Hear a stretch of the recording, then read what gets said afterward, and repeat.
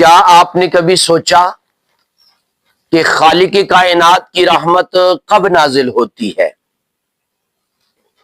تو چند باتیں ہیں، اگر اس پہ غور کر لیں یا اس پہ عمل کر لیا جائے تو اللہ رب العزت کی رحمت کو بندہ پا سکتا ہے۔ سب سے پہلا عمل، جب بندہ تنہائی میں ہو اور سجدے میں گر جائے تب اللہ کی رحمتوں کا نزول ہوتا ہے۔ دوسری بات، جب انسان دل سے توبہ کرتا ہے تو پھر اللہ کی رحمتوں کا نزول ہوتا ہے۔ تیسری بات، جب کسی غریب کو مسکراہٹ دی جاتی ہے، یعنی اس کی ضرورت پوری کر کے اس کے چہرے پہ خوشی لائی جاتی ہے، تب اللہ کی رحمتوں کا نزول ہوتا ہے۔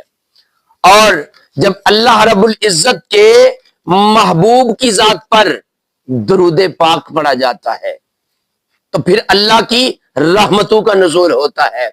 اور جب کسی یتیم کو سہارا دیا جاتا ہے تو پھر اللہ کی رحمتوں کا نزول ہوتا ہے۔